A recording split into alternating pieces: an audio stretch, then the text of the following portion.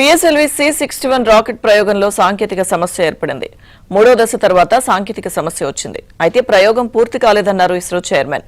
కాసేపట్లో వివరాలను ప్రకటిస్తామన్నారు. Motor started perfectly, but during the functioning of the third stage, we are seeing a observation, and the mission could not be accomplished. After analysis, we shall come back. Thank you. Motor started perfectly, but during the functioning of the third stage, we are seeing a observation, and the mission could not be accomplished. After analysis, we shall come back. Thank you. Second stage performance normal. PSLV C61 rocket ప్రయోగంలో సాంకేతిక సమస్య ఏర్పడింది. మూడో దశ తర్వాత సాంకేతిక సమస్య వచ్చింది. అయితే ప్రయోగం ఇంకా పూర్తి కాలేదన్నారు ఇస్రో చైర్మన్. ఇక కాసేపట్లో వివరాలను ప్రకటిస్తామన్నారు. అప్డేట్స్ మా ప్రతినిధి మహేష్ రెడ్డికి తెలుసుకుందాం. మహేష్, అయితే ప్రయోగం ఇంకా పూర్తి కాలేదని ఇస్రో చైర్మన్ చెప్తున్నారు.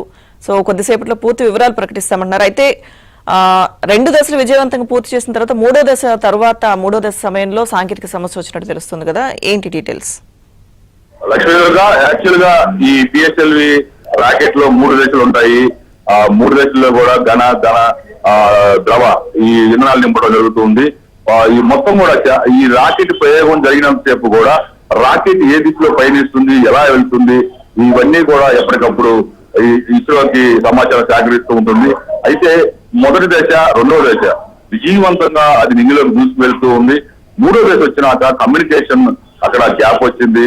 దాంతో కొంత స్వల్ప సాంకేతిక లోపం తలెత్తినట్లుగా ఇస్రో శాస్త్రవేత్తలు గమనించారు. మొత్తం మీద ఈ ప్రయోగం మీద అంటే ఇప్పటి వరకు కూడా ఇస్రో 100 ప్రయోగాలు చేపట్టింది. ఇది 101వ ప్రయోగం. దాదాపు ఇస్రో చాలా చిన్న స్థాయి నుంచి అంటే ఒక సౌండ్ రాకెట్లని ఎద్దుల బండ్ల పైన, సైకిల్ పైన తీసుకెళ్లే స్థాయి నుంచి ఈ రోజు బాహుబలి రాకెట్లు, జిఎస్ఎల్వి, మార్క్ 3 ఇట్లాంటి అనేకమైనటువంటి బాహుబలి రాకెట్లు కూడా ప్రయోగించే స్థాయికి మనం చేరుకున్నాం. అయితే ఇవాళ రోజున ఈ పిఎస్ఎల్వి రాకెట్లు అనేవి ఇస్రో గెలుపు గుర్రాలుగా చెప్తూ ఉంటారు. కానీ ఇది స్వల్ప సాంకేతిక లోపం తలెత్తడం, దీని మీద అందరూ కూడా ఒక్కసారిగా అయోమయానికి గురయ్యారు. ఖచ్చితంగా ఇది సక్సెస్ అవుతుందని చెప్పి ఇస్రో వర్గాలు చెప్తూ వచ్చాయి. దాదాపు ఈ సిరీస్ లో 60కి పైగా పిఎస్ఎల్వి సిరీస్ లో 60కి పైగా మనం ప్రయోగాలు చేపట్టింది ఇస్రో. అయితే కేవలం 2 మాత్రమే ఇప్పటి వరకు విఫలమయ్యాయి. ఇది స్వల్ప అంటే దాదాపుగా గెలుపుకోవడం కాబట్టి ఖచ్చితంగా నింగిలోకి దూసుకుపోతుంది, ఇబ్బంది ఉండదని చెప్పి అందరూ భావించారు. ఇస్రో చైర్మన్ నారాయణన్ 2 రోజుల నుంచి కూడా ఇక్కడే షార్ కేంద్రంలో ఉన్నారు. కానీ అకస్మాత్తుగా